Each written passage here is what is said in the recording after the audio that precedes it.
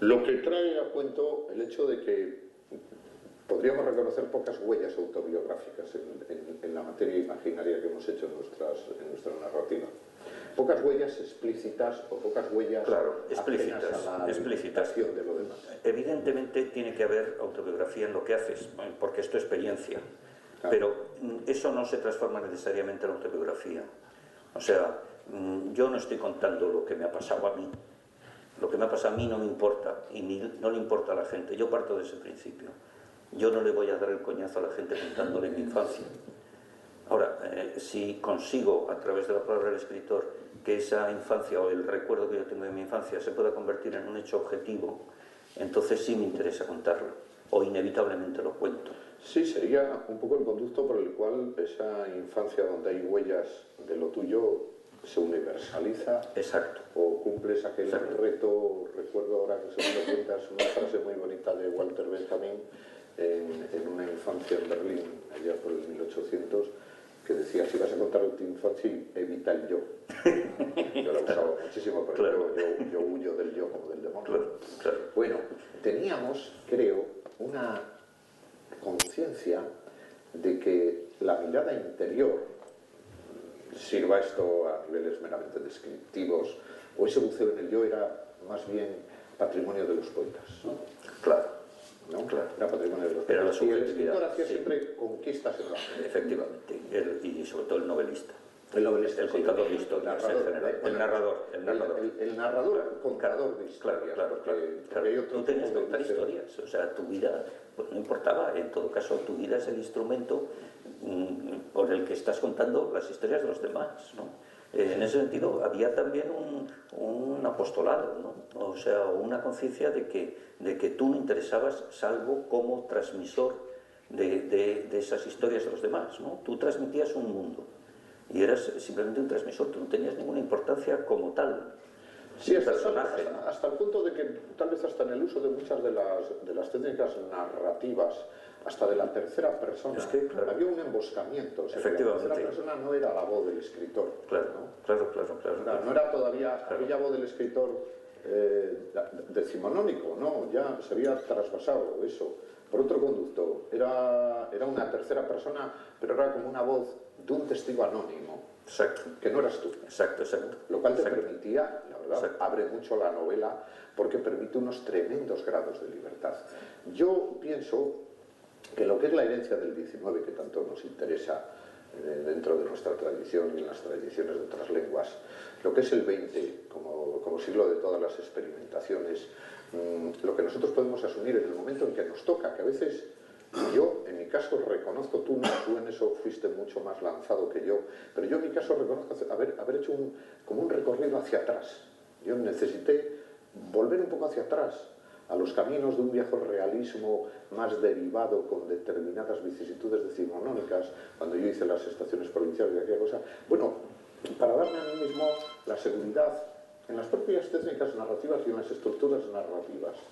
Tú arrancabas de otra manera, sí, porque la novela del Corsé es un gran experimento de entrada. Pero desde el momento en que tú haces eso, ya te estás replanteando la propia escritura del 19, ¿no? O sea, no estás siguiendo el camino realista de Dickens.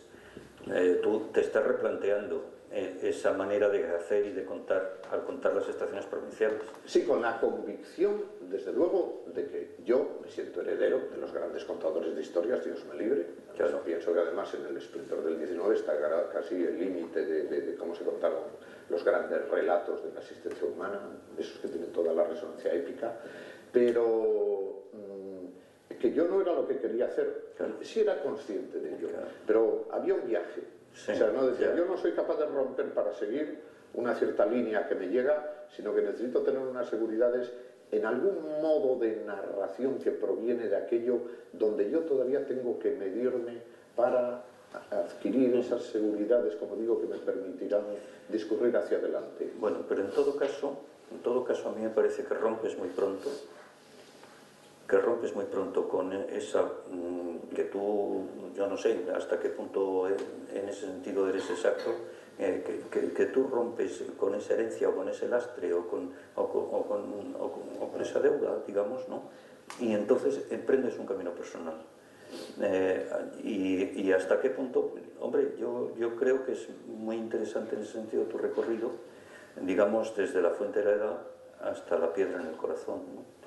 Que ese recorrido es, pues yo no encuentro, desde luego parangón en los contemporáneos nuestros no lo encuentro. Bueno, pero verás, Bueno, independientemente de los elogios y de las historias estas, pues sí es un recorrido literario que yo creo que tiene un interés objetivo, independientemente de que tú lo hayas protagonizado. Bueno, se ve en muchos de los, yo creo que de escritores de nuestra generación, y bueno, hombre, y de las posteriores y de tal. Ese camino es curioso, como empezábamos haciendo este reconocimiento de la necesidad de descubrir y adueñarse del modo expresivo y del estilo, luego la mayoría de lo que va teniendo un desarrollo en la búsqueda y en el descubrimiento de tu propio mundo a través de los sucesivos relatos que escribes, eso conlleva también una fuerte modificación de estilo y de escritura.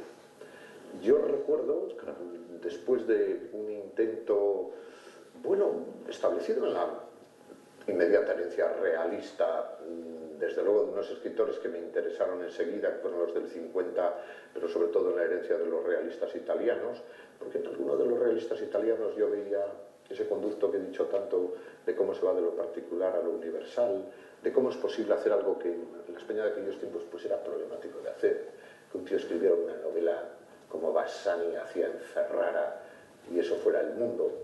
Aquí era difícil escribir una novela en Cádiz que Cádiz fuera el mundo, y es absurdo, porque es que no había nada que lo impidiera. Si quien la hacía tenía la potencia y la convicción de hacerla, estaba claro que se podía hacer. Pero, claro, el conducto es cómo modificas la escritura para modificar el mundo que estás haciendo. O sea, no se te ocurre de pronto un cambio en las obsesiones que te llevan a construir ese universo de asuntos que cuentas, ¿no? Las historias que cuentas, sino que la propia modificación de la escritura, un camino, sí, un camino desde luego, sin duda de estilización y de llegar casi a un límite expresivo en el que, como digo yo, escribir con la mayor naturalidad posible las historias más complejas que se puedan. Aunque la naturalidad conlleve dificultades de escritura, ¿no? Porque a veces hay como una tensión en la propia materia de la escritura que hace que leerte sea más difícil. No porque tú quieras ser difícil, te encantaría que todo el mundo te leyera fascinado de la vida, ¿no? Pero hay una modificación continua en el estilo, una depuración. Una reflexión.